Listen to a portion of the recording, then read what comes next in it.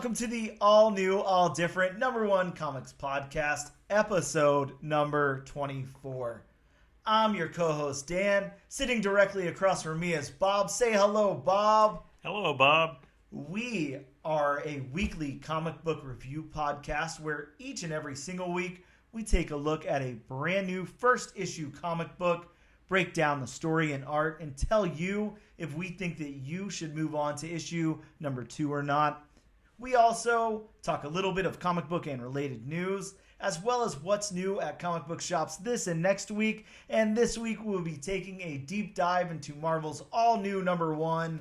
Ultimate Invasion, the return of the Ultimate Universe. That's right, Bob. We're going Ultimate again. It's early, late, mid-2000s, whatever you want to call it.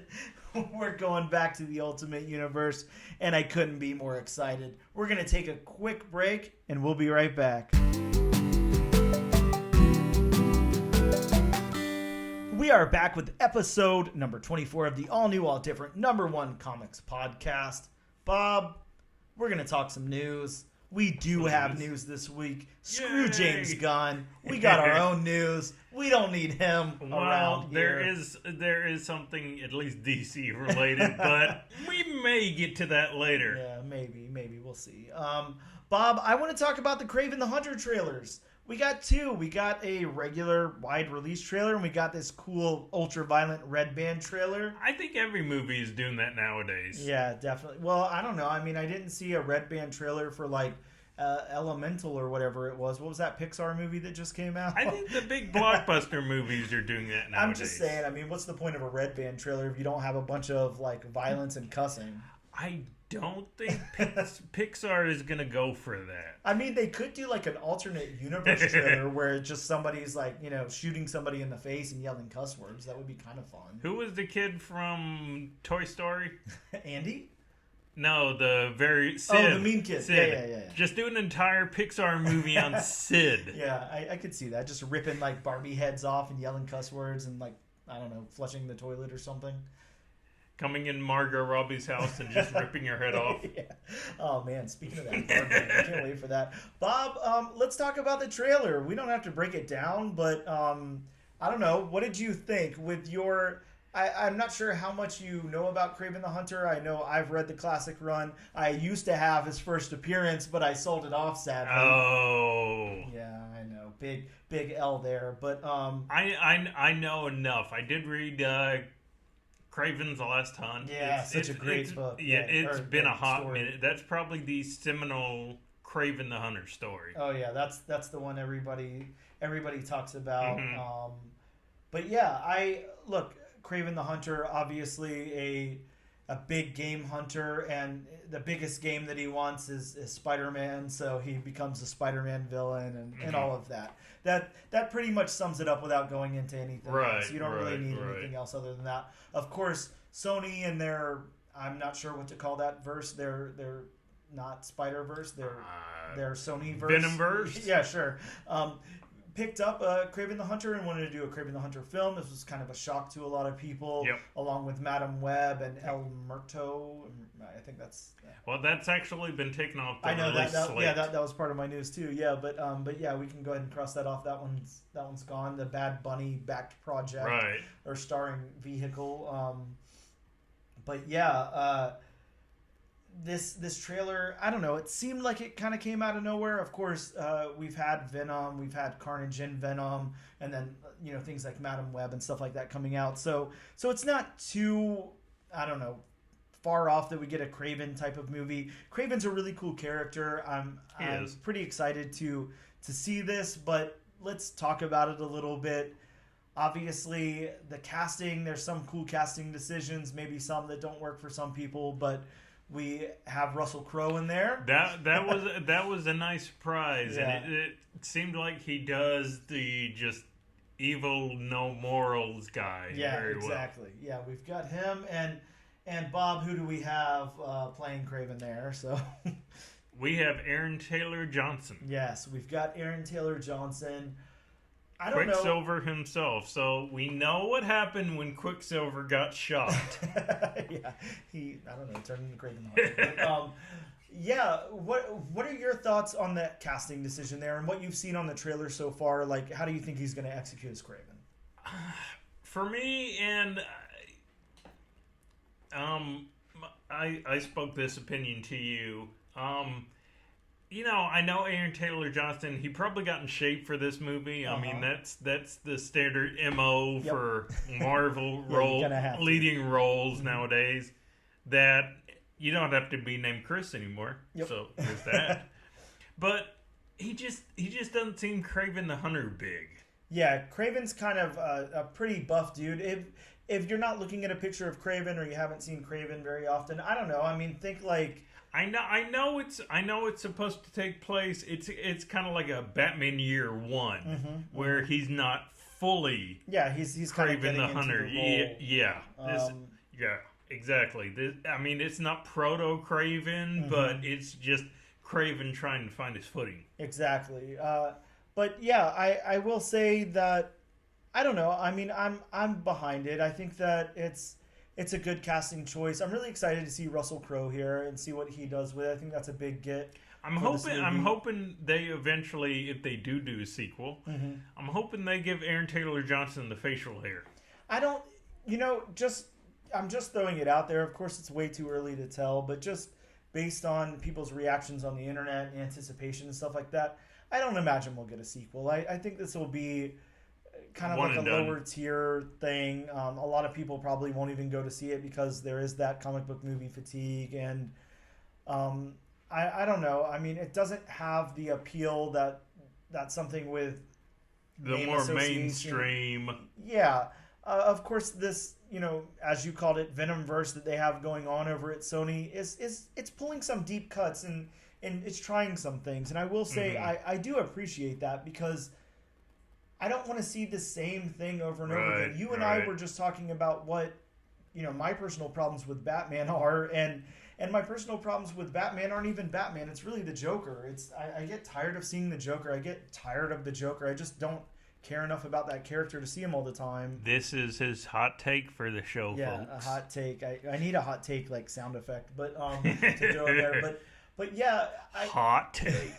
Yeah, do the cool like radio announcer thing. But yeah, I think that it's just I really appreciate seeing some of these lower level characters or D-list characters or something like that on screen. I like that we're given an opportunity to see them, even if they don't have the same financial backing that the 25th Joker or Batman movie might or whatever. I'd rather see a different take on comic books. Right, and you would rather see just somebody else. Yeah, absolutely. I mean, how many times are you going to tell me the same story over and over again where I can be interested? Now, I say that, but I can appreciate, the different iterations of Spider-Man that we have, but they just don't go through that same story over and over again. It's something different. It's not the same thing. A lot of people felt that same way for the Joaquin Phoenix Joker stuff. I personally didn't. I just saw a boring origin story that didn't do anything for me, but I know a lot of other people really like that movie. That was more an art house Joker. Yeah, definitely. And it just wasn't my kind of thing. But we're not here to talk about Joker. We're here to talk about Kraven the Hunter. And I think to break this down without going beat by beat, look, there's a couple of glaring things here. Obviously, one is Russell Crowe has that heavy Russian accent. Yes. Aaron Taylor Johnson, not so much. He doesn't have much of the accent. That's my biggest gripe. I'm kind of okay with it. I mean, I don't know where this is supposed to take place, but I mean, imagine you have like a immigrant parent or whatever, and then you grow up here in the United States. You're not really going to adapt much of the accent. So, second generation, I'm okay with. That's what I'm hoping happens, and it's not like he grew up in Russia, but he has no accent that whatsoever. Would be weird. Yeah, so hopefully not. And then the other big thing that we want to talk about here is that lion blood. That's I don't know. I haven't followed enough Kraven stuff that's gone on more recently. Of course, we know more of Kraven's origin and then Last Hunt stuff. There's not anything I can think that has anything to do with lion blood. I could see where, bringing that into the movie as opposed to like some mysterious serum though probably works a little bit better. Sure, it's more CG blood, and people are tired of that. And I do think, it might be one of those things where the whole serum thing has been played out. Yeah, exactly. How much more can you do with that without people just saying, hey, that's like a rip off of this or that or Captain America or whatever. Right. I agree with you there. I think another big thing that is kind of a departure from the comics is, of course, Kraven being that big game hunter. That's his whole thing. He likes to go out and hunt down big game. Mm-hmm. And while, of course, he's probably going to do that to some extent here, he seems like an animal lover instead of a big game hunter. He does. So maybe they reinterpret that big game hunting as hunting for people, and that's what it's looking like. Yeah, I got to say, when I think of Kraven, I think of him, sitting in his house with all the heads mounted on the wall. Exactly. And you pointed out before we hit record here how you wanted to see that animal skin draped over his shoulders like we see in the comics. And that might be the reason we're not seeing it here. He's an animal lover instead. He's an activist. So he's going out and hunting these anti-animal, I don't know. But then again, like I pointed out, this is probably supposed to be like a Batman year one, like a Kraven year one. Yeah, exactly. Where it's him finding his footing. And, of course, we know people's outlooks on life change all the time. Yeah, of course. I mean, maybe he gets in. What's that one guy? There's like some big company who's just the CEO is like a horrible person, and that's what he does. He goes out and like goes to Africa and kills like lions and giraffes and stuff. Is it the guy from Jimmy John's or Papa John's or something? But some food conglomerate. Yeah, one of those places. Yeah. Anyways, we'll keep our political opinions to ourselves. But yeah, you know where we stand. But yeah, I will say just in closing about the Kraven stuff, I think this was pretty cool. I think it's pretty low stakes. It's pretty cool. That Red Band trailer is ultra violent, so I'm hoping that that's maybe the pinnacle of violence that we get there, and we're not going to see a lot more of it on screen. I don't want a Punisher Kraven movie. Like, that's not really what I'm looking for in Kraven, but I'm down for a different interpretation. Moving on to our next little bit of news, Bob, we actually went to the movie theater yesterday and saw a movie. Like, I think who does that anymore? Yeah, that's pretty damn mind blowing, especially for me at least. I haven't been in a while. I think the last movie I saw in theaters was that final Jurassic World movie, so it's been quite a bit. Oh man, I love everything Jurassic Park related, other than Jurassic Park 3. I'm a huge fan of. So you draw the line at that. Yeah, that one was bad. I just can't handle T. Leone. What's her name? Tia Leone. Oh man, I can't handle that lady. Anyways, hot takes aside. Just say David Duchovny's wife. Yeah, sure. There you go. We saw Spider-Verse. We saw Bob. Give me the correct title. It's Across the Spider-Verse. Okay, Across the Spider-Verse. I didn't want to mess it up, but I did anyway. So anyways, we saw Across the Spider-Verse, the sequel to the first Spider-Verse movie. Into the Spider-Verse. Yes, Into the Spider-Verse. And yeah, we went and saw it yesterday. We don't have to talk spoilers here. We've already got a pretty packed episode anyway, so we don't have to hang on it too long. But just initial thoughts, maybe, and anything that stood out for you. I can go first if you don't want to, but I thought it was great. Yeah. To me, it's slightly below the first one, but it's one of those. Both movies could be one or two. It just depends on the person. Yeah. And they nailed all the cameos. Oh, God. That's the thing. They're so good with fan service these Spider-Verse movies. Like, they do it. It's not cheesy. It's very subtle. Yeah. They're in there, and it's packed. But it is. But it's not fan service for the sake of fan service. I mean, it works with the plot very, very well. And then they bring in these different animation styles. And I want to say this.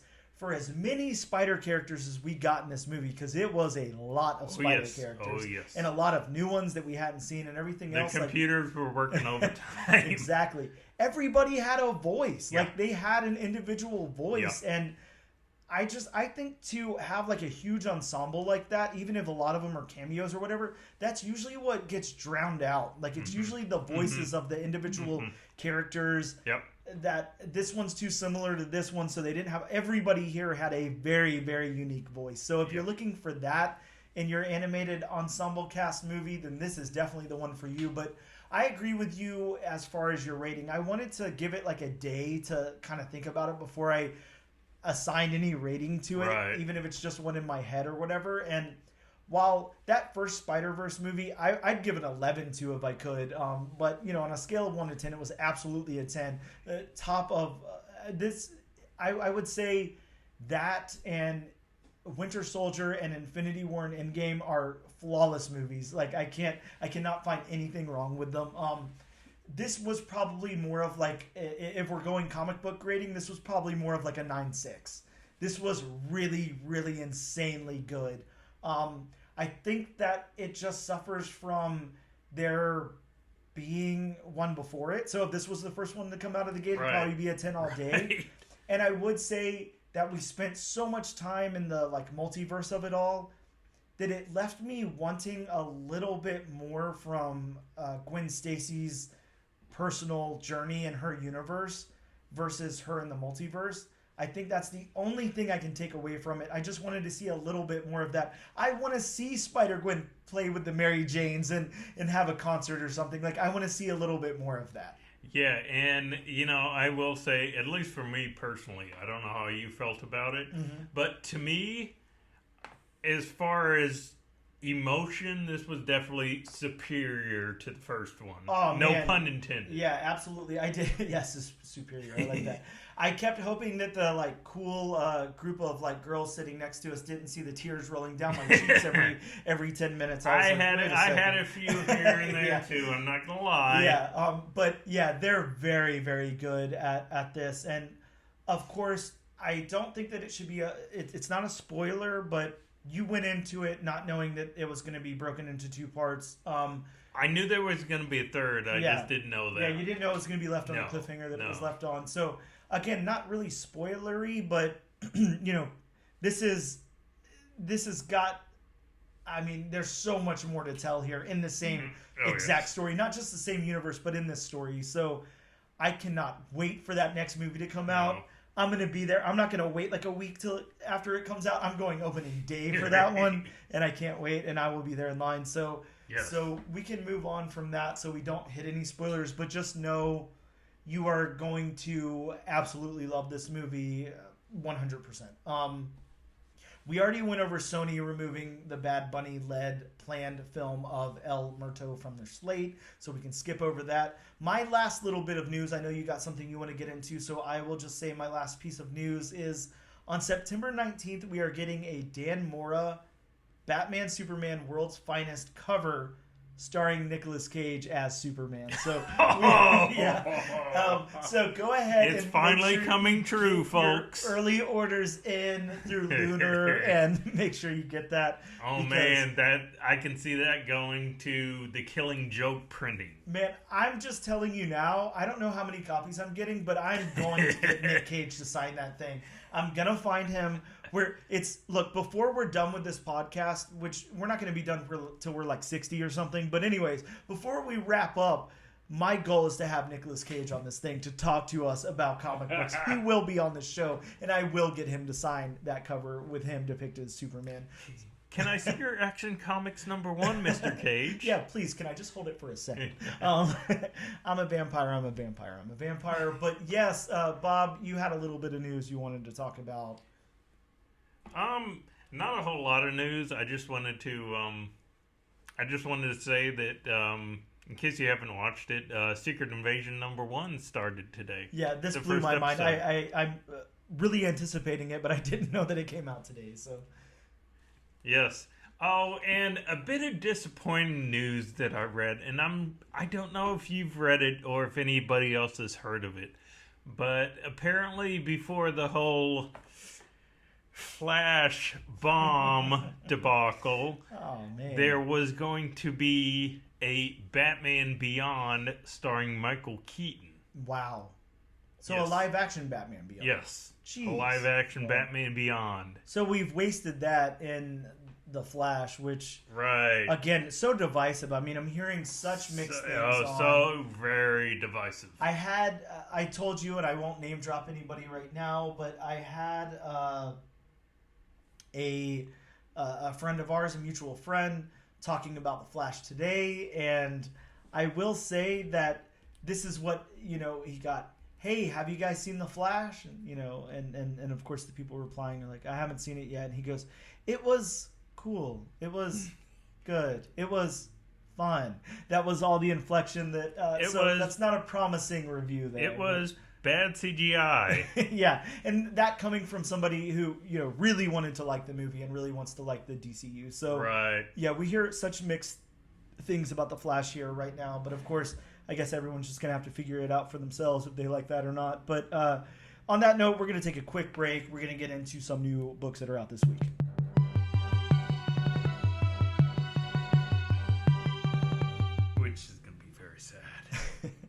And we are back with the Harry Potter podcast episode. I'm just joking. Bob and I were just talking a little Harry Potter off air. Let's wave our wands and forget he ever said that, folks. Man. Well, if it works that easy, then please. Let's get into some new books that came out this week. From Image Comics, we have Tales of Suspense #1. That's right. It's not that Tales of Suspense. This is spelled Syzpense. It's 2 Tales of Suspense. I'm not sure what the gimmick is, but I'm excited to read it.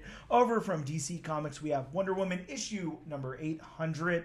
Oof. Yeah, first appearance of another, I don't know, Wonder Woman daughter or something. We've got Batman, Superman, World's Finest issue 16. Bob's favorite new character, New How many Mazo. did you pick up? Man, I've got a couple of long boxes, you know. What can I say? We've got Titans issue number 2. Blood Brother becomes Brother Eternity. Definitely going to want to pick up a few long boxes of that because I'm sure that'll be worth something. We've got the Vigil number 2 with some new members. Over to Marvel Comics, we got a new volume of Incredible Hulk issue number 1. I'm hearing really, really good things about this, especially coming from that last disappointing Hulk run that was in between this and Immortal Hulk. This could be a change of pace. We've got Cult of Carnage Misery number 2 with the first appearance of Madness. Edge of Spider-Verse 3. Spider-Boy's identity finally revealed. We've got Miles Morales Spider-Man issue number 7 with a new armored suit, as well as Iron Man Dragon Slayer armor, and part 6 in Carnage Reigns. Scarlet Witch Annual number 1. Bob, a book that I cannot wait to read. It's got a prelude to Contest of Chaos where Agatha Harkness attempts to build a new Darkhold. And for all you Bobs out there, we've got The Mandalorian Season 2, issue number 1. First appearance of Cobb Vanth. Yes. Oh, wow. I can't believe I said it right. I said a Star Wars name right. That's right, kids. Happened again. Make sure you take your shots now. That's one of the easier Star Wars names, so I'm hoping you got that right. Hey, I don't know, man. I would think I could mispronounce Bob Smith if I tried. So. Possibly. Yeah. Over from Archie Comics, we had Chilling Adventures presents Camp Pickens number 1. Still not getting that one. Oh, man. I've got a copy right here, actually, with this nice Francisco Francavilla cover. And I can't wait to read it because it's got friend of the show, Tim Seeley, writing a story in it. So nice. Can't wait for that one. Very excited there. From Boom Studios, we have Wild's End number 1. And from IDW, Godzilla, Here There Be Dragons number 1. I don't know what the hell kind of sentence that is or title, but I'm here for it. So an old-timey sentence where they used to use here and thou and they. Well, it's got a cool Godzilla. I don't know. It looks like he's about to pluck this ship off the earth. It is a cool cover, yes. Yeah, I'm looking forward to that one. It sounds like a lot of fun. Those are some of the new books that are coming out this week. Of note, we're going to take a very quick break, and when we come back, we're going to go over our review of Ultimate Invasion number 1.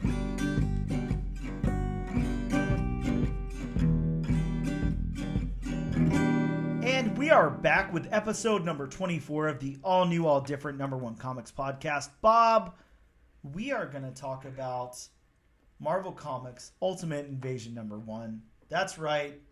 The Ultimate Universe is back. And we're going to talk about it here on this very podcast. So let's go ahead and read the synopsis from Marvel's site. The transformation of the Marvel Universe begins. Again, I yell it because it's all in capitals with an exclamation point. You got to yell capitals. You got to.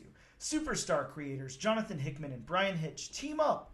The Illuminati must form once again to stop the Maker from his plans to destroy or perhaps rebuild the universe, with Miles Morales at the center of it all. Bryan's work on the Ultimates helped redefine superhero comics for the 2000s.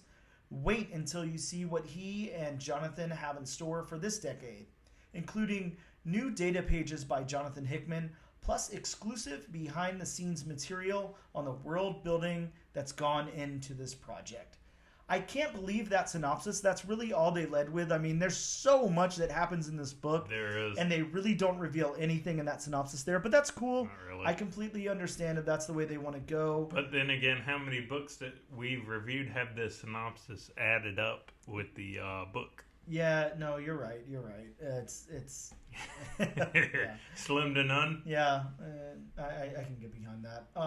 Let's talk about Jonathan Hickman for a second. So, if anybody doesn't know who Jonathan Hickman You've been living under a rock for the past 50 years. Yeah, I can't imagine. Maybe this is your first time even hearing about a comic book. But Jonathan Hickman, of course, is an American comic book writer and artist best known for his creator-owned series, The Nightly News, Manhattan Projects, and East of West, as well as lengthy stints on Marvel's Fantastic Four, The Avengers, and New Avengers. Other notable works include the S.H.I.E.L.D. limited series, the creation of the Fantastic Four spin-off title FF, as well as 2 crossover series, Infinity and Secret Wars, both of which he acted as centerpieces for the company-wide crossover storylines. Between 2019 and 2021, Hickman worked on Dawn of X, a relaunch of various X-Men related titles for which he provided the core storyline and concepts.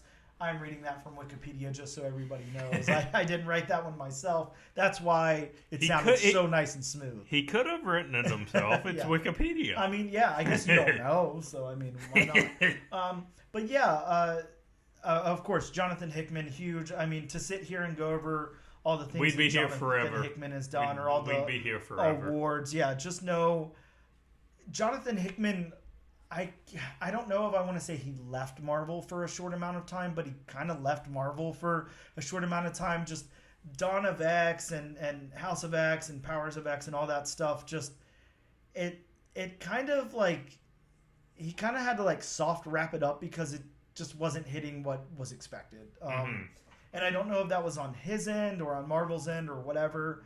But I thought that everything in there was good. I really liked what was going on, but I think maybe it was a little too convoluted for some people. I mean, right. Jonathan Hickman, that's how he writes. That's how he builds these entire universes and really lets you live in them. So it's not like a quick, you can just pop in and out on an issue number 2 and then know what's going on. Right. If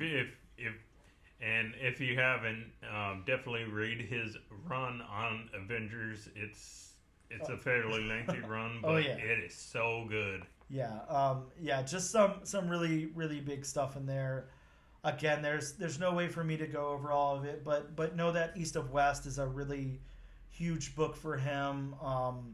And then he's just done so much stuff over at Marvel, so much stuff with Fantastic Four, and really fleshed out a lot of Fantastic Four for people like me who, I mean, I can't say that I dislike the Fantastic Four, but I'm not super interested in them until, maybe somebody like him or creators like Mike Allred are on the title. Or you see Jessica Alba on the big screen. Well, I mean, I'll take that all day. But, very, very cool creator nonetheless who's done like a lot of really awesome stuff over at any publisher that he's worked for, including his own stuff.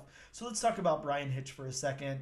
Also going to quote from Wikipedia here because, again, just such a huge body of work. It's a little hard to write this up myself this time. But Bryan Hitch is a British-born artist and writer. Hitch began his career in the United Kingdom for Marvel UK, working on titles such as Action Force and Death's Head. Of course, everybody's favorite UK comic Marvel book, Death's Head, before gaining prominence on American titles such as Wildstorm's Stormwatch and The Authority, DC Comics, JLA, and Marvel Comics, The Ultimates. That's right. Bryan Hitch has been heavily involved in the Ultimate Universe already. So definitely somebody who might be a good idea to bring back over to that. I think he was pretty much involved from the beginning. Yeah, exactly. But Bryan Hitch has absolutely been around. Of course, I was talking about The Authority and Stormwatch and all of that stuff. So if that doesn't take you back, then I don't know. I don't know what will. But yeah, just know that Bryan Hitch has contributed a lot to the comic book community. and definitely a lot to the Ultimate Universe here. One of the things that I really would like to talk about with Bryan Hitch that might kind of solidify what he does in comics for you. If you remember the DC book that came out a few years ago, I want to say like 4 or 5 years ago at this point, Batman's Grave with Warren Ellis, he was the artist on that, and I mean that's just, it's such wonderful artwork there. He's just is a really big presence in that, and just does some amazing stuff on there. So he also worked with Al Ewing and Ram V on Venom, so if that says anything to you, both of those books, just really outstanding art. And then, of course, all of the stuff he did in the Ultimate Universe as well. But let's get over to my synopsis really quick. This one, Bob, I tried to keep it as short as I could. It's a little long. This is a book. I mean, this is a big book, so it's not going to have that short of a synopsis. Ultimate Invasion begins with Chapter 1 titled Good Artist Copy. We see a masked up and heavily armored team of 4 headed to the Blackguard building for what seems like some kind of heist. Then we learn as weapons are fired that they're going to a holding cell to retrieve something worth $1 billion. We then see the Maker as he sits naked in an inescapable holding cell. The Maker does what he does best and leaves with an amalgamation of bodies and leaves a copy of his behind. Later, Reed Richards and T'Challa search through the remnants of the Blackguard building, and they are led to the Maker's made-up version of himself. We see some more awesome body horror, and Reed reveals his worries about the Maker's plans. Next up, we get the Illuminati as they discuss what they know about the Maker's moves after the escape. And here we go, because the Maker has been around. He stole vibranium from Wakanda. He stole 4 Inhuman Terrigen spheres from New... Bob, you're going to have to help me with that name. I don't know if that was a typo or not, but I've always heard Attillion. Yeah, me too. And it looked like it was just spelled a little different. Yeah. Arkillion. Yeah, I thought Attillion also, and then I was a little confused by that. He also stole Reed Richards' bridge from a secret Stark warehouse, a mutant gateway, and an immunity lance from the Sanctum Sanctorum, as well as a dilution shield from the ruins of Atlantis. Who knows what word I'm trying to say. They assume he stole the items to be noticed by the Illuminati. Next, the Maker shows up in Brooklyn at the home of Miles Morales and offers to take him with him and tells Miles that they're brothers. Miles declines, but the Maker leaves behind a business card if he changes his mind. We flash to the Maker using his homemade gateway to travel and the Illuminati trying to stop him. He protects himself with a force field they can't penetrate. And as he steps in, he asks Reed that if he had the chance to erase him from existence, would he? Reed says yes, and the Maker responds with the line, "I'll keep that in mind." Lastly, we see the epilogue chapter, which is titled Great Artist Steal. And we see the famous scene where Peter Parker is on his field trip and bitten by the spider. But the Maker stops the spider, smacks the spider off Peter just before it bites him and puts it in the test tube. And that is the end of our comic, other than some line work that we get in the end of the book there. So, Bob, this was a big issue with a lot going on. It was. But let's break this thing down. Of course, it's kind of in chapters, so the beats might be a little different for us to go over. But how did you feel this worked overall as a story with those beats, even though it was kind of contained into a couple of chapters there, or maybe a few chapters? Right. Did it move along nicely for you? Were you able to understand everything that was going on? Is there anything that you thought maybe didn't work in the story or should have been taken out or added in? I thought it flowed perfectly. Yeah. Beginning, middle, and end. I agree.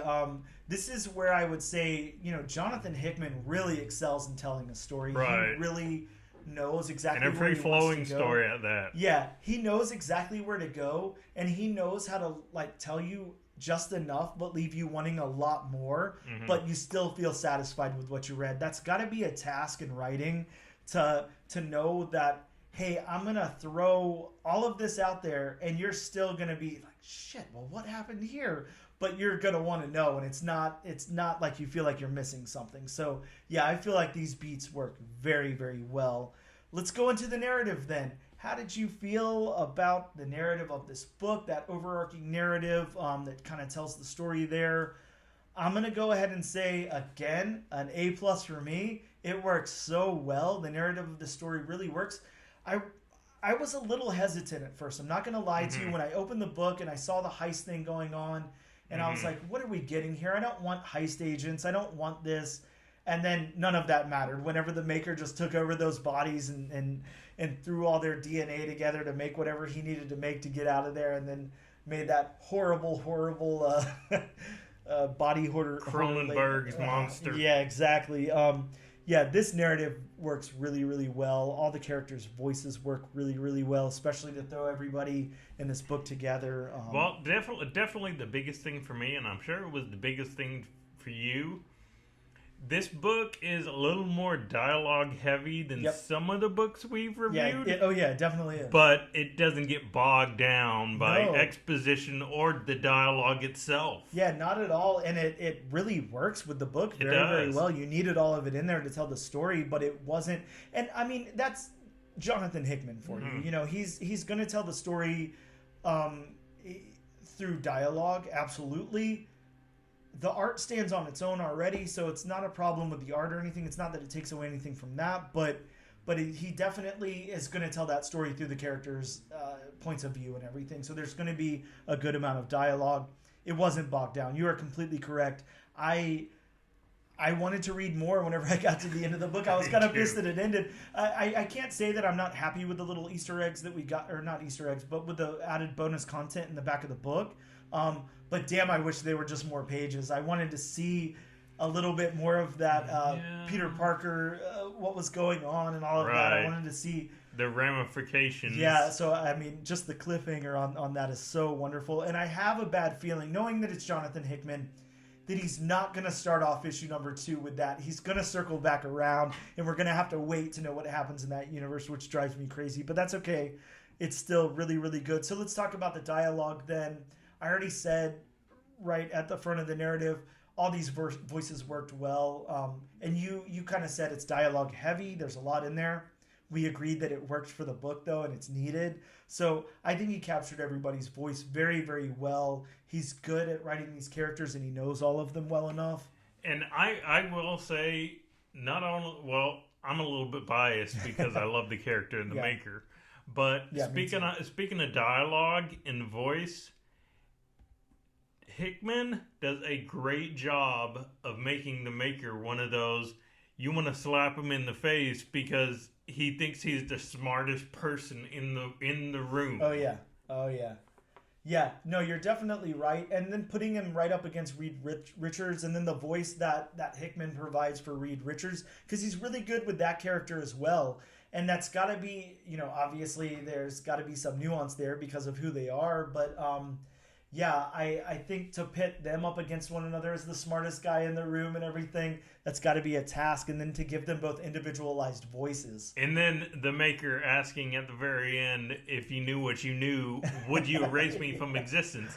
No hesitation from Reed whatsoever. Yeah, a big yes. Yes. And then he says, what's the line? I'll keep that in mind, or I'll remember that, or something. Just snarky and just wonderful. Just a really good way to put it. So how about the world building then? We get the Blackguard building. We get the just the little snippets, the few panels here and there of Atlantis, of the Miles' room. Yeah, of Brooklyn, Miles' room there, of everything that's going on. I love all these worlds. They're already very lived in enough to where we know what's going on and we don't have to flesh them out anymore, and we feel like it works very well. But I feel like the world building in this comic actually it really works. Again, it's going to be kind of hard to critique Jonathan Hickman on world building because that's what he does. So if he's not world building and if he doesn't know what he's doing with building a world, then this would be an absolute fail. Yeah, so Jonathan Hickman definitely excels in that. So I think the world building is also a 10 out of 10 here. So let's go over to the art. Let's talk about Bryan Hitch then, because we've said a lot of nice things about Jonathan Hickman. Can we do the same thing for the art? Does it Does it fail on some regards? Let's find out. What did you think about the characters? We had so many characters here. We have the Maker, we have Miles, we have secondary characters. We have the SWAT team. Yeah, exactly. We have so many different characters, people. the Illuminati. T'Challa. Yeah, we've got everybody in the Illuminati. We've got Reed Richards, of course. We have all the cool like body horror that takes place with the... the body horror thing was creepy for me. Yeah, I'm going to go ahead and say, yes, Bryan Hitch on all of these characters, 110%. Dude, he delivers. Like, he leaves nothing behind here, and it works very, very well. And he details. Oh, yeah, he details the hell out of it. I mean, just look at that little portal that the Maker creates, and then, like, all the, I don't know, like, vinage and roots and stuff going into it. Like, even at the very, very beginning where the SWAT team is breaking the Maker out, one of the henchmen throws a black hole grenade. Mm-hmm. And, I mean, it's not like, okay, this might be what I think it is. You know it's a black hole grenade. Yes. Yeah, he really, really excels with these characters. Really, really knows what he's doing. Bryan Hitch, such a good get for this, and of course we already knew he was going to be because of all of his experience in the Ultimate Universe. Right. But yeah, just wonderful. So how about the locations then? Again, we get a lot of locations here. We get Wakanda. We get the Sanctum Sanctorum. We get the little, or that room that the Maker's built and everything. We get his holding cell, which just looks phenomenal to me. I think these locations work very, very well. They're fleshed out. They look wonderful. I don't know if you have anything you want to add to that, but man, they work for me. You said everything I was thinking. Yeah, that absolutely works. Look, this only has a couple of places where it's even a possibility to fail, and that's the backgrounds and the colors. So let's talk about them. Do they deliver? Does Bryan Hitch deliver on these backgrounds? I'm going to say yes, 110% again. The backgrounds work very, very well. They're highly detailed. You can tell what everything is. You can tell what he's going for in these different worlds and different places, and yeah, he doesn't leave anything on the table with these backgrounds. See, and you knew he was gonna kill it because you've seen his interpretation of the Ultimate Universe before. Exactly. So you knew what to expect. Yes, and yeah, he just nails it. Look, we're gonna go over to colors, but of course I didn't write down the colorist as we always forget to do. And this book opens, and then you read like a good, I want to say quarter of the book almost before you get into the page with all of the credits here. So this is also inked by Andrew Curry, and then let's talk about the colors for a second. Alex Sinclair. So yeah, I want to say Alex Sinclair just, man, for me, the colors thrive in this book. Yeah, they definitely pop. They definitely pop where they should. They're definitely muted where they should. Yeah, this is a team. This was an all-star team to put together. I would honestly say if this book fails for anybody, I don't know, read it again because you missed something. I'm not sure. Right. I did, my 2 reads as I normally do, and my first one I was blown away, and I was really excited to read it again, write down my synopsis. Everything works here, and it works so well together. This is just the highest recommend I could give a book. This is one of the easiest reads I've had. It's got some awesome variant covers as well. Oh, yes. I would say, to tell you the truth, if I'm going to pick out any flaw, if I have to throw out a flaw there, I'm going to say the flaw is the regular A cover that they went with. I think the art's wonderful and it looks great and the colors pop and everything. It's just a little bit boring of a cover. And I think that they could have with the characters on the front. Exactly. I think, some of the variant covers just really stand out for it. Right. I'm talking... I've got the Negative Space Miles Morales variant here. I think it's a really good cover. That one's pretty cool. I picked up the homage to Ultimates #1. Yes. I cannot remember. I'm sorry. I can't remember who the artist is on that, or else I would tell you who the artist was. But, I mean, exactly. that does such a good job of recreating the original cover. Yeah. Oh, it does. It's wonderful. And then I'm also holding here the the foil variant. Yes. I don't think it's any type of incentive. I think it's just a foil beautiful variant, cover, though. Man, you got Miles just swinging through the city there. You got the buildings behind him, and then it's all just foil, and it's got that ultimate invasion, that ultimate logo on top. Beautiful. And it's so good. I think that one of the better foil covers. Yeah, absolutely. I've seen from Marvel. I mean, look, I was happy to pay $14 for that cover. This is already a $9 cover price book, so it's up there. But damn, is it worth it? You will not be disappointed at all in this cover, or sorry, in this book or the cover. I don't know, but yeah, the highest recommend I could possibly give to this is just, man, you are going to be very, very happy with this. That's all I can say. The only critique I have about the art, and I mean, this is nothing big at all. This is very personal. It was just, I hadn't read an Ultimate comic, of course, in years, like most other people. But it took me a minute to remember. Okay, the Ultimate Universe, Bryan Hitch likes his close-ups. Yep. Mm-hmm. Yeah, he likes those. Where a panel will be filled by somebody's face. Yeah. But, I mean, again, that's not really much of a gripe at all. No, it absolutely works. 110% it works. So, and I like it because, again, we're being brought back to this thing that whether you hold it in high regard or not, I mean, at least if you remember the Ultimate Universe.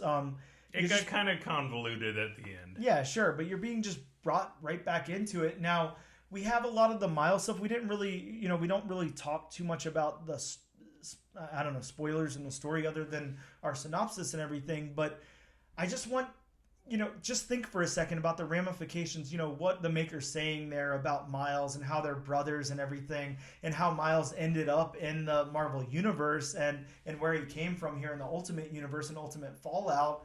And just, man, this really makes me feel something. Maybe it's because we just spent so much time with Miles yesterday in the Spider-Verse movie. I don't know, but possibly. I was very happy and very welcoming to see Miles here and to just to think the possibilities of what could be happening here in this. Whether Miles is going to end up the hero of this, whether he's going to end up a partner, just anything could happen. So I'm really, really high on this book right now. And again, I have to say, we don't normally attribute any type of rating to a book other than just move on to issue number 2. Yes, I can absolutely say 158,000%.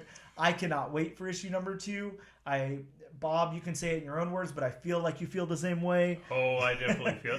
And I was kind of skeptical going into this because, again, I knew the Ultimate Universe got very convoluted at the end. Bob, can I tell you a small secret? Yes. When we spun the wheel last week and we landed on Ultimate Invasion, I thought to myself, damn, I was hoping that we would end up on Hulk #1 because I'd rather read that.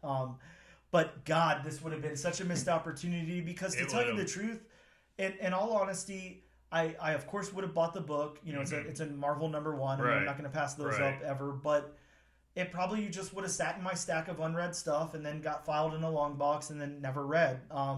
And damn, I just that universe where I didn't read this book, I'd be very pissed off at myself. So I'm very happy that we landed on this book. There's actually a guy I work with. I won't say his name, but I actually recommended this because he's more of a Star Wars fan. Like he picked up that Star Wars Empire one shot. Yep. But I told him, hey, if you're looking to actually read a comic, read the Ultimate Invasion. Read Ultimate Invasion because the Ultimate Universe was created so people new to the comic industry or comics in general could get on board and not have to remember all that 60 years worth of stuff or whatnot. And it was such a great, at the time, I mean, I don't mean to just sit here and sing praise of the Ultimate Universe or whatever, but I remember with those coming out, and I remember just going to, back to Spider-Man and reading Ultimate Spider-Man #1 through, whatever. I mean, I got into the high 60s before I stopped reading it, but just reading that, every issue that came out, and it felt so good, and it didn't feel like your typical reboot. It was just done in a different way, and it was so accessible for new readers. You really could go in and pick up that issue #1 and not need to know anything at all, and it just really worked. And I feel like you can do the same thing here. Yes, you might want a little bit of history on the Maker, on the Illuminati, on Reed Richards, on Miles Morales, but if you don't have any of it, I mean, this tells you everything you need to know. It's just an added benefit if you do. But yeah, I could see somebody who doesn't read comics or who isn't very familiar with Marvel or the Ultimate stuff picking this up and really loving this. I honestly can't see anybody picking this up and not loving it. It's got to at the very least be higher than just this was a good comic. You know, this was a really, really great comic, and this is a perfect example of why I love reading comics. The original Ultimates was one of the biggest things that got me back into comics. Exactly. It just made it so accessible, and there was so much less history. There was so much less of that crossover. I didn't need to read 403 issues of the Avengers to figure out what was going on. Yeah, exactly. You could have, Reed Richards. You could have Fantastic Four and stuff make appearances, but you didn't need to know any of that lore from their, books or anything like that. I don't know. So just such a wonderful thing that came out at such a perfect time, and this is a great reintroduction to that. And I'm really, really happy that the wheel landed on this, and I'm really happy I read the book. So I'm going to shut up now, but just know that, yes, Bob and I will continue on to issue number 2, and this was a wonderful book. I need like a light. Yeah, exactly. That they use at the Oscars. Quiet time. Yeah, we're going to take a quick break, and we'll be right back.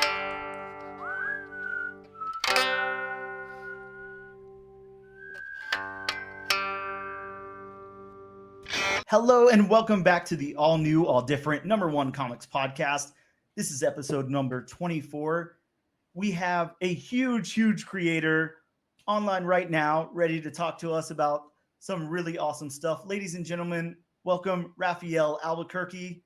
Hello, Rafael. Wonderful to have you here on the all new, all different #1 comics podcast. Thank you so much for joining us. Hello, thank you, Dan. Hello, everybody. Yes, very, very excited to have you on. For anybody who maybe is living under a rock or whatever and isn't familiar with Rafael, which I can't imagine anybody wouldn't be, Rafael Albuquerque is a Brazilian comic book artist, illustrator whose work includes Batman New 52, Batgirl, Detective Comics, a really long run on Blue Beetle, Vertigo Comics, American Vampire with Scott Snyder, and then obviously did some illustrating work for Stephen King on there as well. Animal Man, Huck, a huge book, Huck, one of my absolute favorites. I still can't believe whenever I go back and reread that series that I'm sitting here talking to you right now. Somebody who worked on that series just kind of blows my mind, as well as Hit Girl, Prodigy. And let's talk about some awards really quick.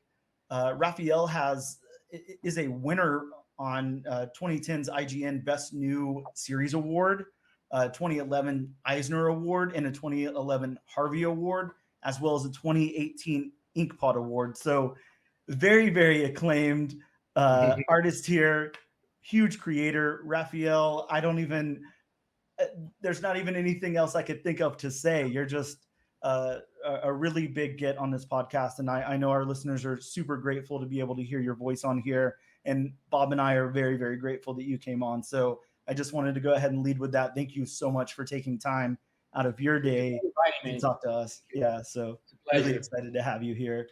I've got some questions lined up for you, and Bob has a couple too. But I just, sitting here looking over the awards, I've got to ask, how does it feel to be so acclaimed and win that many awards?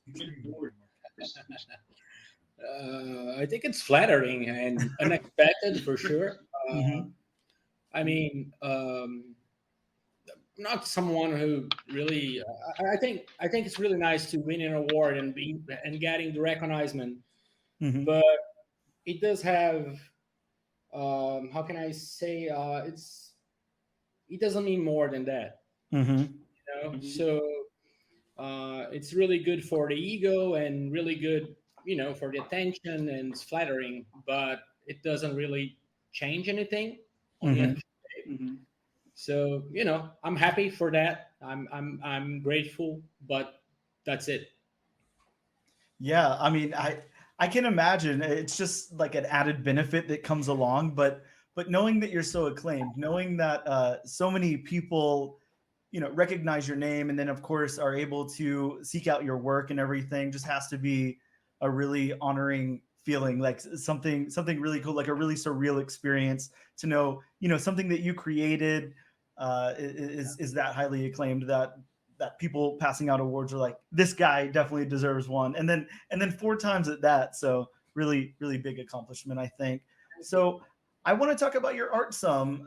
How did you? Of course, we're going to go back like as far back as we can here. I don't know when you started creating art or when you got into illustrating, or if that's how you began. But how did you get into art, and at what age, and kind of what inspired you to get there? I think since I was a kid, I always liked art, and I always liked drawing. Um, and my father used to have on the 80s, we are talking about that, and my father used to have a small advertising company. And I remember being a kid and being in the office, and I remember flipping all the art books and checking all the art around. So that was around me pretty much when I was growing up. And I'm pretty sure that influenced me into be part of it and do something with that. But I think I really got into that when I was a teenager, and that was in 1996 or so. Okay. When there was this boom of Brazilian comic artists such as Roger Cruz, Marcelo Campos, Mike Deodato, they were like becoming big names in United States, and that was a time without internet. So when my generation looked at these guys, that was very inspiring and make me really wanted to go after that. Yeah, and like you said, there was almost like a renaissance at that time with Brazilian artists kind of coming out. So I could definitely see how that would inspire you. How did you get into comics then, or did you know from early on that that's what you wanted to do? Were you a comic book collector first before you got into illustrating comics, or which one came first for you? Not much of a collector, but I always liked superheroes from TV shows, and big fan of Batman 66 and Super Friends, all these things. Yes. Who doesn't love that old I'm very old, yeah. No, I love that though. That stuff's really cool. Like you said, Batman 66. Look, one of my all-time favorite artists, not that you're not one of them, but Mike Allred is like, the top of my list. I don't know how you feel about Mike Allred, but of course he's heavily inspired by Batman 66, and he's had the the honor of doing some of that Batman 66 newer stuff that's come out. I heard that. Yeah, I really love artists with a very unique style. Of course, there's place in the world for everybody, for artists who kind of have like a more house style, for artists who have like a very unique style, for artists who are big on watercolors. There's room for everybody out there. Your art's pretty original as well. I mean, obviously you're not doing the 60s pop art like Mike Allred, or really, those kind of crazy watercolors like somebody like Bill Sienkiewicz or something, but your art is very unique as well. Like you can look at a Rafael Albuquerque piece and say, that's Rafael Albuquerque. It has a very distinct feel to it. Right. I wonder how you developed something like that. How you kind of came into your own on it. Was it something that took you a while, or were you always like a pretty original artist? I think a mix of both. Maybe when I started, I was probably looking for a more house style thing. If you look at my Blue Beetle stuff, that was my first DC thing. Definitely more squared in a way. But that was not natural for me, even at the time. That was something I was trying to push. Okay. Because I think I'm an artist that was kind of living this transition into a more open and kind of crazier art style. And that was in the industry, I think. And when I had the chance to do American Vampire, that was more like, I think before that I did some indie comics, and there's this particular one called Mundo Urbano. So indie comic I did with Santo Loco and Eduardo Medeiros back in 2010. Okay. It was slightly earlier than American Vampire, and it was very experimental. And in there, I had the chance to, just go, how can I say, it's looser, maybe more, having a more, a more loose style, doing something more gestual. That's what I mean. More gestual style, and that kind of was fun to do, and I really like it how it came up. So right after that, they invited me to do American Vampire, and they were looking for someone who was able to switch styles because of two different arcs, Stephen King and Snyder's. So I decided that I should just do something more the way I wanted. That was a big opportunity, and that's when I started to do some ink washes as well. That was my very first time doing that. Really? And at the end of the day, kind of became a trademark in a way. So I think that's how it happened. It's kind of natural, but in a way, it's also an answer on, trying to do something different than what was going on at the time. Yeah, I can just imagine. I mean, this is coming from somebody who can't draw a straight line at all, so you'll have to excuse me there. I'm very much an art appreciator, but not someone who can, even critique art. But I will say, developing that very unique style, I would imagine that you kind of like hit a point where you just feel like, you're kind of cruising. You're like, damn, I found my niche here in my art. This is kind of me, and I'm going to do my best to, grow this. Like this is my own thing. You were talking about Blue Beetle.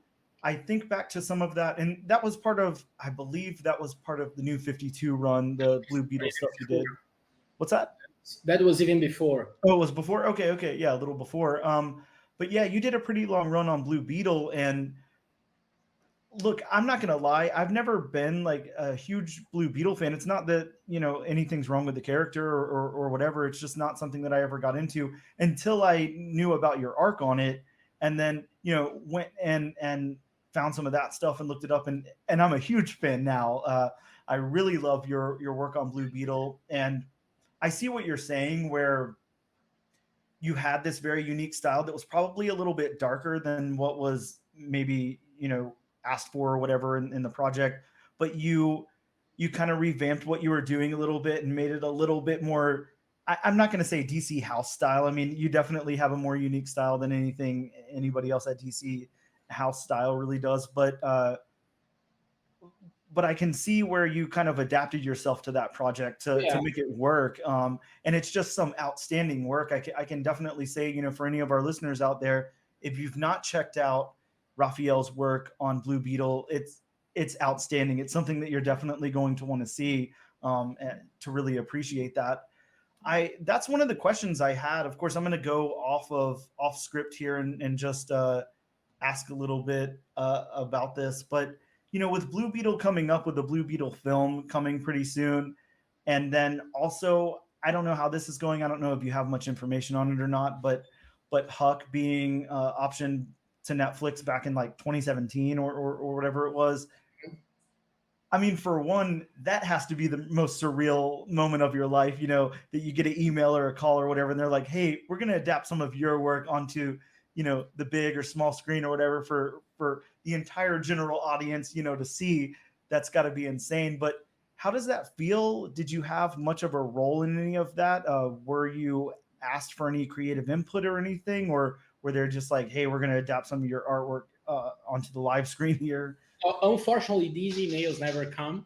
Okay. It's like you just, I have no idea what they are adapting on Blue Beetle movie or even news about Huck or anything like that. So all I do is hoping to see something I did on the screen eventually. But by the other hand, I try to keep my anxiety low, so I'll just believe when it happens. So there, I'm just a guy who's going to to watch it, and I'm excited about all these happening for sure, but it's not something I'm being too anxious about, because it can be frustrating. Maybe. Oh yeah, I can imagine. Yeah, just we never know, to right? get to that. Yeah, that's. Can you mute your microphone? That's super cool. I can imagine.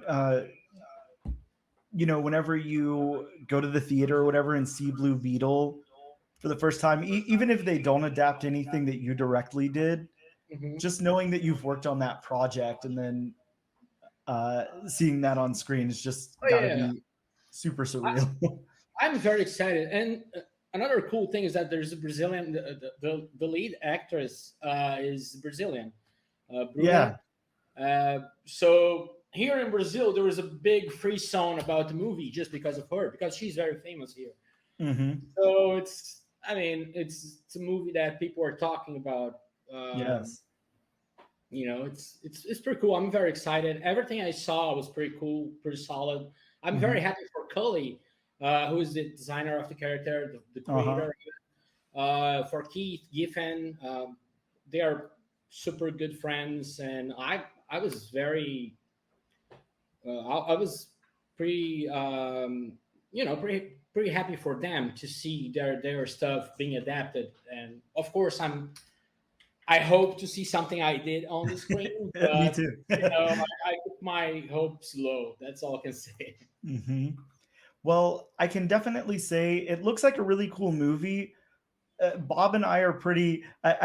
We're pretty notorious for being like Marvel fanboys. It's not that we don't like DC, but a lot of our listeners have pointed out, hey, you guys talk about Marvel stuff in your news a lot. Where's all the DC news? And it's not that. I mean, every time we review a DC comic book, we've done the newest incarnation of Superman. We did a Harley Quinn miniseries. We did the DC Silent Tales that you actually did the B cover for that came out I think that was about 2 months ago. But yeah, every single DC book that we've reviewed here on the podcast has been the highest of reviews. We've loved every single one of them. But I can say, cinematically, I mean, some of the movies haven't really worked for me or Bob. But this one looks really, really cool, and I'm highly anticipating Blue Beetle. I think it looks like just a low stakes movie. It's not trying to get the entire world of DC there in that single movie and everything. And it's a fun adventure with that character. So really looking forward to that one. And talking about that helps me segue to my next question. I want to talk about incentives. You've got a few big incentives out there. We definitely like to learn a little bit about that process. Just thinking about Thanos 13 incentive that you have, the 1 in 25, as well as the Star Wars Thrawn incentive that you did the cover for. Is that something that... Sorry, something froze here and I couldn't understand what you were talking about. Yeah. I was just talking about incentive covers. You've got a few big... Got it. Yeah, you've got a few really big incentives credited to your name, like Thanos 13, the 1 in 25 incentive you have for that, as well as Star Wars Thrawn. Right. How did those come about? Is that something that you pitched the idea for? Did Marvel come to you and ask for an incentive cover? Yeah. They came to you. Wow. Yeah. That's got to be a huge honor. There's a store who orders them. And so it's specifically for a store or, a chain or something like that. Sometimes it's a Marvel thing. Sometimes just like I did a Deadpool one for... And I actually just did an Avengers one as well. Oh, very cool. GalaxyCon. So they have the new book with my cover done specifically for the show. So I think that's pretty cool. I love doing that, and especially because I don't have much work at Marvel. So I have at least the chance to draw the characters on the covers, which is always really fun. Yeah, I imagine that's really cool. I don't know if you frequent conventions a lot or get a lot of do a lot of commissions or anything, but I always imagine that that's really cool when I go to a convention and I see a creator and then they, are able to sketch something they wouldn't normally have done on a blank cover or something like that. I always imagine that's really a cool feeling.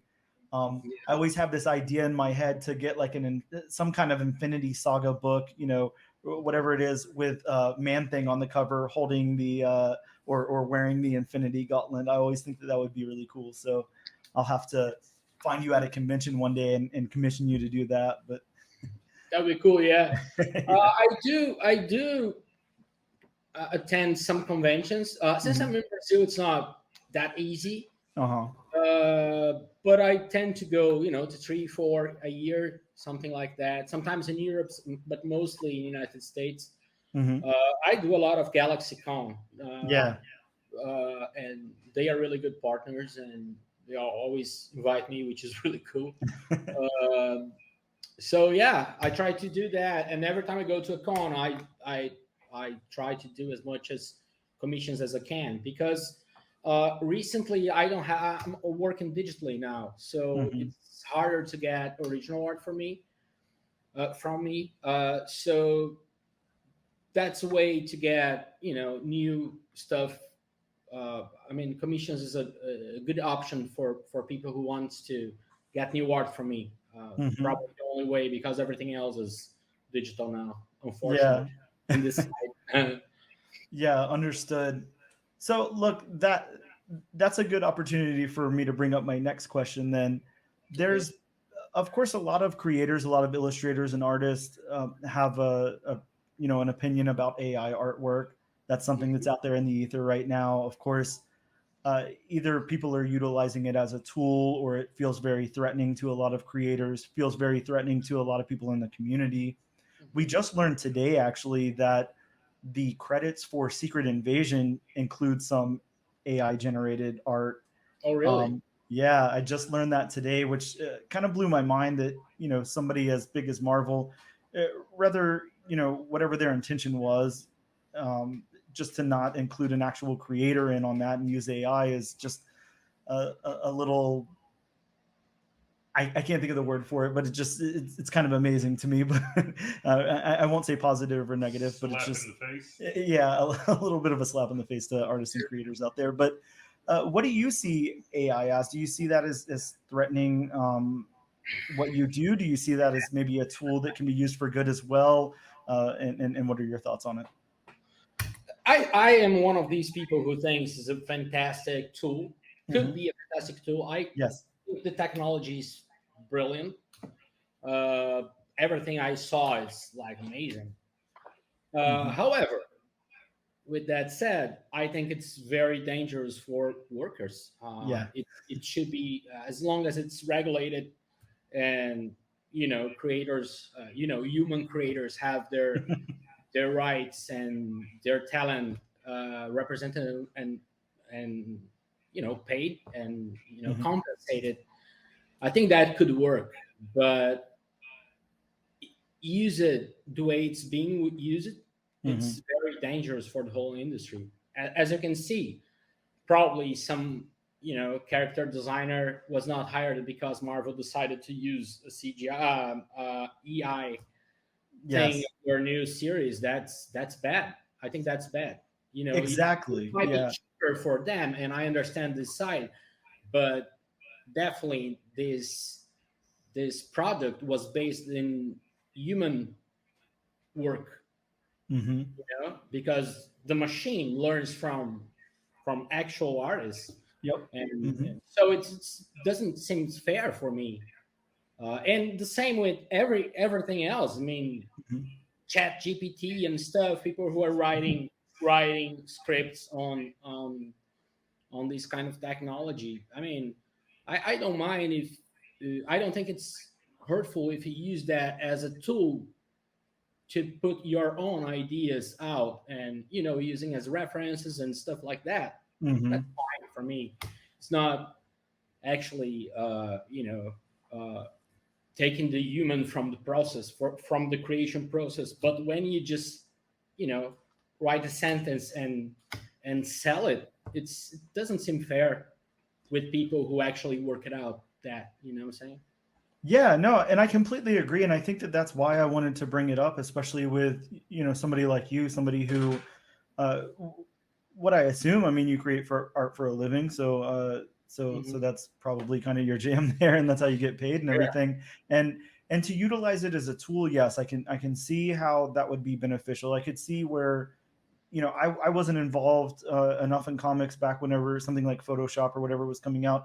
I could assume that, you know, maybe people were met with the same kind of I don't know, anger or whatever towards something like that. Like, you know, where, hey, all the tools are right there, so how are we going to do it on paper now? You know, now it's people doing this on computers and everything. And that was probably a scary thought too. But now, you know, a lot of people obviously use it day to day for their work and still get paid and everything.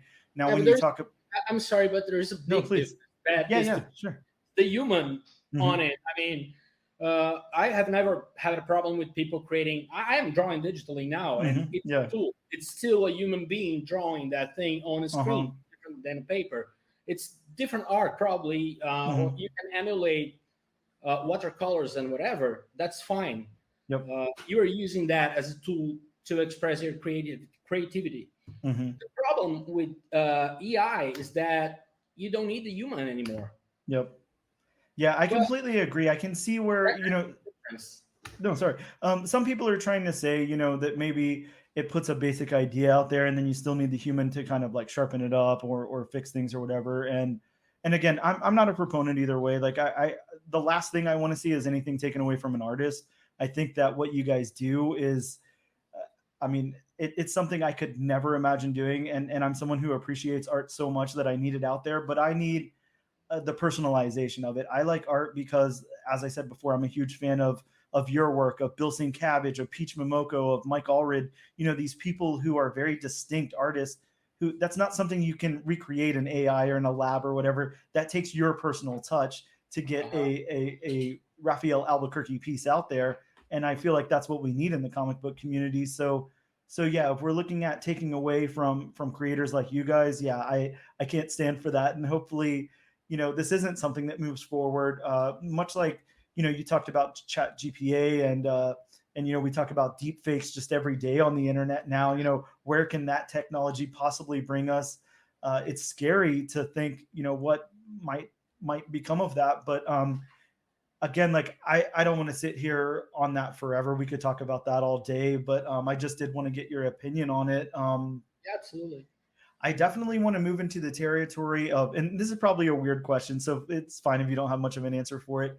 Are there any are there any characters or publishers that are kind of off limits for you? I know you've done work kind of all over. You've worked at Image, at DC, at Marvel, whatever. Is there anything where you're just not interested, or if somebody were to throw you, you know, like a Valiant Exo Man of War miniseries or something, you know, like would you be opposed to something like that? Is there anything there are many things that I wouldn't do because that I don't feel it fits on my views or my style or even my will to draw. I always everything I do, I'm part of it. I put some passion on it. So if it's just, you know, a shitty project, I probably wouldn't take it. Even if it's something you can't put your heart into. Yeah. Of course, there are projects that you might not. It's not the project of your life or something like that. There's kind of a balance between, you know, compensation / you know, will to do that, and I need to balance that. I choose my projects with care, you know. So yeah, there are probably many things that I wouldn't do, or even I don't think I'm a good fit for it. When it comes to publishers, I don't really know. Probably.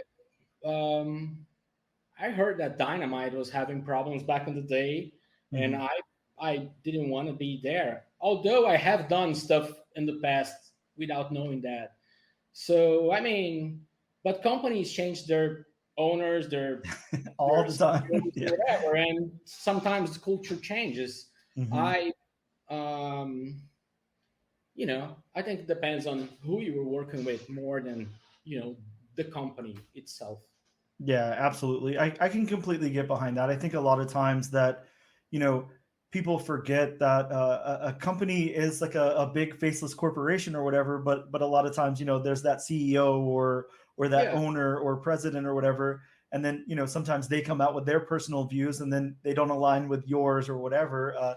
That happens a lot over here in our culture. Of course, there's a lot of times where people are very extreme in their views and they don't line up with ours, and we have to kind of distance ourselves from their company or products. So there are definitely people I wouldn't work with. And that's all I can say. I won't say names. But, no, we wouldn't expect you to. Of course not. Much more than companies, I would say people. There's a lot of people I wouldn't work with. Mm-hmm. Yeah, and for personal reasons. yeah, I can completely get behind that. I know Bob can too. I want to talk a little bit. Look, I know you've probably talked ad nauseum about American Vampire. I know that it's been out there, and I know you're well documented on talking a lot about it. I'm just going to ask you a few questions about American Vampire, sure. and feel free to elaborate as little or as much as possible. So, on American Vampire, you illustrated 30 of the 34 issues in that first volume. So how does it feel to have like so much of your blood, sweat, and tears poured into that project, and then to turn it over to another artist for a few issues and see their interpretation of kind of like your baby and what you created? For me, it's super cool, to be honest. I think there's part of me that's heartbreaking because I'm super controller. And if I could, I would draw the whole thing. I love Eduardo Risso and what he did in 100 Bullets. He actually drew 100 issues, every single one of them. And I love that. I wish I could have done that. But I'm human and he's not.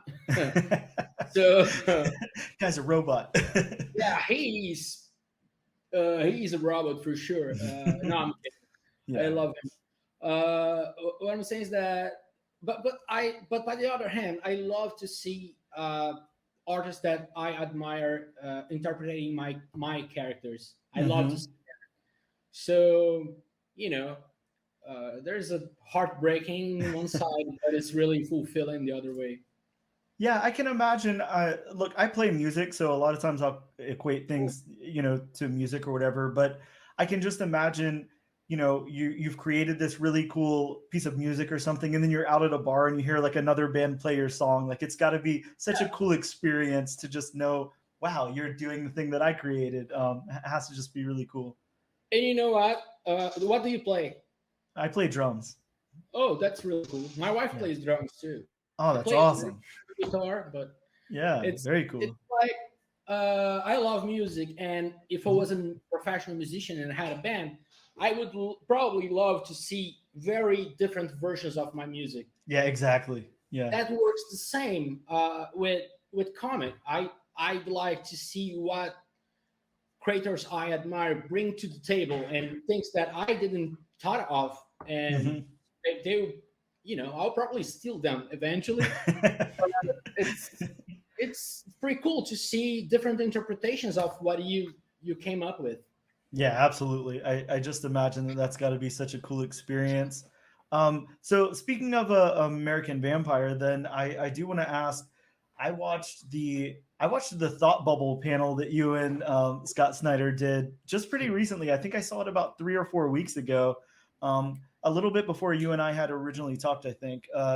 And what stood out to me is where Scott talks about how Vertigo or maybe it was DC overall, I'm not sure, but at least Vertigo wanted him to audition a bunch of different artists for the project, and how you were kind of the first one that came in. Like he saw your pieces that you illustrated for the characters there for I think you did Pearl first, and I can't remember the two that you did, but you did Pearl and you did someone else. Skinner, yeah. Yeah, okay. So the two mains. And he saw your work and he was like, no, stop. We don't need to see anybody else's work. This is the guy here. Like, I think that has to be such a just very cool, and I feel like I'm repeating myself, but a very cool, surreal experience. And I'd like to know, where were you as an artist at the time? You talked a little bit about how you adapted your style for Blue Beetle, and then you kind of came into your own after doing like an indie comic over there in Brazil and everything. You developed more of your style. So where were you as an artist at that time? Because you obviously blew Scott Snyder and everybody else, including me, away. So how do you feel like you were in your art? Do you feel like you kind of like reached your pinnacle? Do you feel like you're still progressing? Like where did you feel like you were an artist whenever you came onto that book? I was in this transition moment. I was drawing Blue Beetle at the time, and I did a couple of issues of Superman and Batman, still trying to emulate this house style as much as possible. And I saw an American Vampire an opportunity to actually, do whatever I wanted. And I did. I just tried to be as more gestual and try to, do brush strokes and all that, ink all over it, and be a little more, a little less controller about the art itself and the lines and stuff, and see where it goes. And on the end of the day, that definitely shaped my art style and my signature on that. So yeah, that was definitely the project I was in need for. No, and very cool, and we needed that. So I'm super happy that's out there. I'm really happy that you got onto that project. I know Bob has a question for you. Bob's got like a listener question for you about American Vampire. So Bob, go ahead and chime in about that. So a question from a listener early today. Do you think American Vampire has a future without Vertigo? Without Vertigo? Well, American Vampire was one of the projects that started at Vertigo, but keep and Black Label. So yeah, I could say that. We don't have anything planned, to go on, or we don't want to make promises. But we definitely think about, coming back eventually. We want to. I don't know if we will, but we want to. However, if we do get back, it's going to be in the same universe, but we understand that story was told. So it would be something new if we do. And you guys, I mean, you're completely right there. You guys definitely like finalized that story. It has a great beginning, middle, and end, and it works wonderfully, even in the subsequent volumes and everything. Just a really, really cool story. Obviously a fan favorite. We all, can fanboy out over American Vampire any day. Look, one last question about American Vampire. I'll move on to the last few questions so we don't take up too much more of your time. I just say one little thing about that. Please. But before we do that, we have other stuff going on, and we want to collaborate in different projects. We are right now collaborating in Duck and Cover, which is a comic book that's coming out, Comixology. And so not doing American Vampire doesn't mean that me and Scott are not cooking up stuff together. We have this amazing partnership, and we are very excited about Duck and Cover and more stuff in the future as well. Yeah, I was that was actually one of the questions that I had written down. I had seen a little bit about Duck and Cover. I wanted to ask you a little bit more about it. I don't know how much you can bring, how much you can talk about or whatever, but I noticed that the art is very cool. It looks like it's going to be a very different take for you.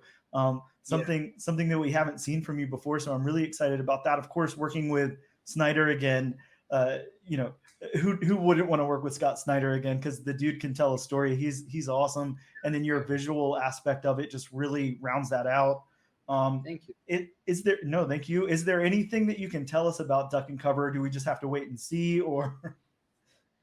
It's a little bit of wait and see, but it's a story that it's also horror, but a different take on it. I would say it's more like, remember those movies in the late 70s and early 80s that had some horror and sci-fi mixed up? Oh yeah. Lots of Spielberg influence, lots of, who else? Robert Zemeckis, all these kind of feel. Twilight Zone, stuff like that. So now you're in my wheelhouse if you're talking about Twilight Zone. Come on. Yeah. So that's the tone of what we are doing. It's a group of kids who magically survive to this nuclear bomb destroying their city, and they ducked and covered behind the desk. The story happens in the 50s where Cold War is going on. Yep. So they, among this craziness, they have to figure out how they survive it and why they survive it, and figure out what's going on outside. That's all I can tell you.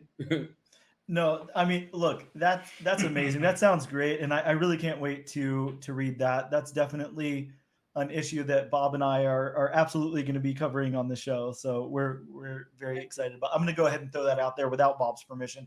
We're covering that one on the show, so very excited very excited to go over that whenever it comes out. So just a couple more questions for you. Again, we don't want to take up too much of your time, and I know we're already on the long end of it here, but I definitely like to know. Again, this is kind of an odd question, so feel free if you need to edit it down or don't have much of an answer for it. I know you've already been at some very big projects. You've worked on Detective, you've worked on Batman, you've worked on Blue Beetle, and there some long runs in some of those, of course. If you had like a dream project over at one of the big two right now, where you had to work on an established team or character, whether it be for somebody over at Marvel or something over at DC that just is a dream for you, what would it be?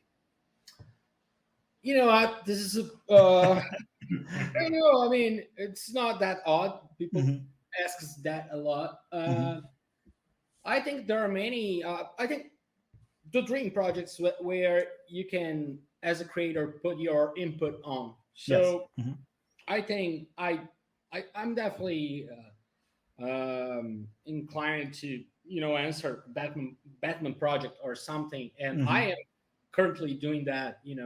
I just did Detective. I'm coming back eventually. So this is one of the dreams happening. I can imagine. I think what I really wanted to do eventually is doing a mini series and tell my own story, or collaborating more closely to creating the story as well. And there are many characters, many co-creators I'd like to work with, but my dream project for real is not on the big twos. Is Stout Club. That is my imprint in a way. It's a comic production company, and so nothing compares to do your own stuff. Yeah.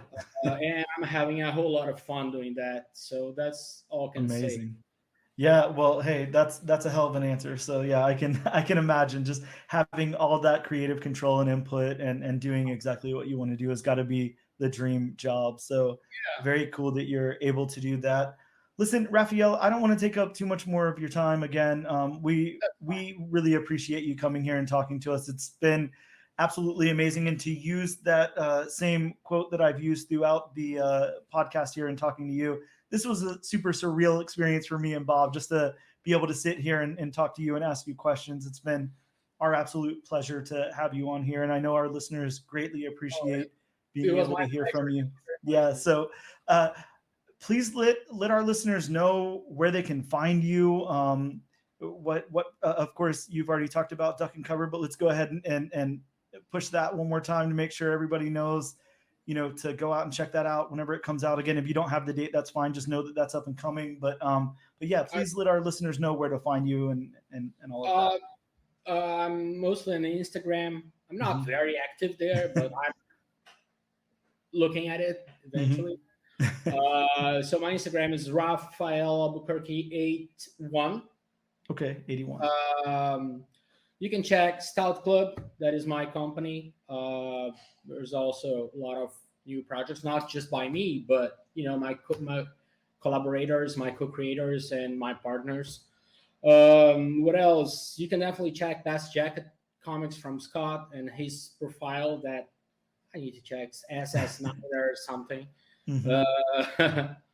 But yeah, I mean, and Comixology, they are really good partners with Scott and both us from Stout. They are releasing a lot of our projects and they're really good. Thank you, Comixology.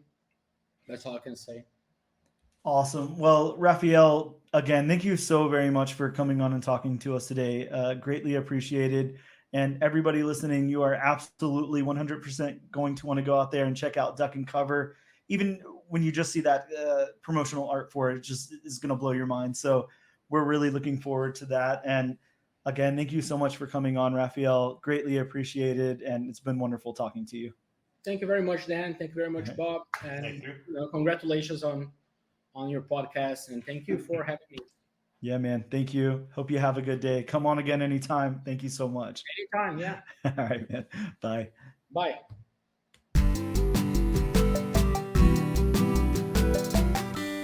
We are back with the all-new, all-different #1 Comics Podcast, episode number 24. Bob, why don't you talk about some books that are coming out next week? And as always, disclaimer time. Disclaimer time. Some of these books will not come out. I mean, if they're from Scout Comics, they probably won't. Scout's reliable.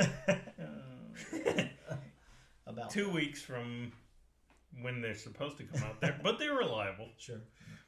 So, and as always, these are just some of the books that I'm reading from a specific app. So, there's going to be more books that come out. Just these are the ones of note. So, from Boom Studios, we have Creed Next Round #1. A sequel series featuring the daughter of, I don't know what that person's name is, and her boxing career. Adonis or Michael B. Jordan, if you prefer. Some great movies, by the way. Yeah, haven't seen them. Haven't seen a Rocky movie since Rocky 1. So. Yeah, you were definitely missing out because they are. So. I guarantee you will not try to watch it 7 times. Oh yeah, nothing can be worse than Batman. I agree. From Marvel, we have She-Hulk #14. That one's got the origin of Scoundrel. Yes. Whoever Scoundrel may be. Somebody fun. I mean, Han Solo was a scoundrel. Yeah, well. Maybe they're doing a crossover. In She-Hulk? Yeah. From Marvel, we have Amazing Spider-Man 28. Yeah, we're not sure what that one's going to be, but we do know that it's got a 1 in 50, so... I don't think anybody dies. Maybe not. Maybe somebody's resurrected. Who knows? Possibly. Over at DC, we have Harley Quinn #31. Again, that one's got an incentive cover of 1 in 50, featuring the artwork of Sweeney Boo. A very bonkers looking cover. And a favorite of the podcast. We like Sweeney Boo over here, so very cool. Again from DC, we have Action Comics #1056. Yes, you've heard me correctly. 1056. Yeah, this one's got a cool variant cover by Maria Laura Sonapo. Yes. I'm going to go with that. Mm-hmm. Will they ever do a volume 2 of Action Comics? Oh, probably not. So you will probably never hear us review an Action Comics. You never know. Crazier things have happened. After 1056 issues, Magic 8 Ball says probably not. Sticking with DC, we have Unstoppable Doom Patrol #4, which Dan and I will be picking up. Absolutely, yeah. We loved that first issue and the issues afterwards. This one's got a first appearance of Metal Woman. Yes, again, very bonkers cover for that one. But then again, Doom Patrol covers are bonkers comics. So yeah, they should. That definitely makes sense. Going back to Marvel, we have Thor #35. Man, this one's got the origin of Hela. And speaking of bonkers covers, this one's such a cool cover. This is such a cool and creepy cover. It's just really, really nicely done. I love this, and I cannot wait to get a copy of it. That is a very cool cover. Yes, agreed. I'm just now looking at it. Sticking with Marvel, we have X-Men Before the Fall, Heralds of Apocalypse #1. This one's got the origin of Arakko? Yes, Arakko. Arakko. I'm not sure who that is, but all the X-Men tie-ins have been wonderful. Especially, you got this team here, the Heralds of Apocalypse. This will be a lot of fun. Can't wait to read this one. If I'm not mistaken, is Arakko the island Krakoa's brother island or sister island. Ah, is it? Okay, that would make sense. It might be. I don't know. I haven't read too much of the new X-Men run. I'll have to do my research. I don't remember. And then finally from Marvel, we have Carnage Reigns Omega #1. And this has the conclusion of the Carnage Reigns story arc. So I think this will be the 7th installment, I believe, and the final one, I'm guessing. So very, very cool. Omega, the end. Those are the books that are coming out next week. Bob, let's spin this wheel and see which book we're covering next week. Of course, we're using a randomized wheel over at wheelofnames.com. And our contestants are Creed, the next round, #1, Bryn Mawr, #1, and The Oddly Pedestrian Life of Christopher Chaos, #1. That's a title. It sure as hell is. Let's spin this wheel and find out which one we're covering. Yeah, it's spinning. God, I wish you guys could hear this wonderful, wonderful noise.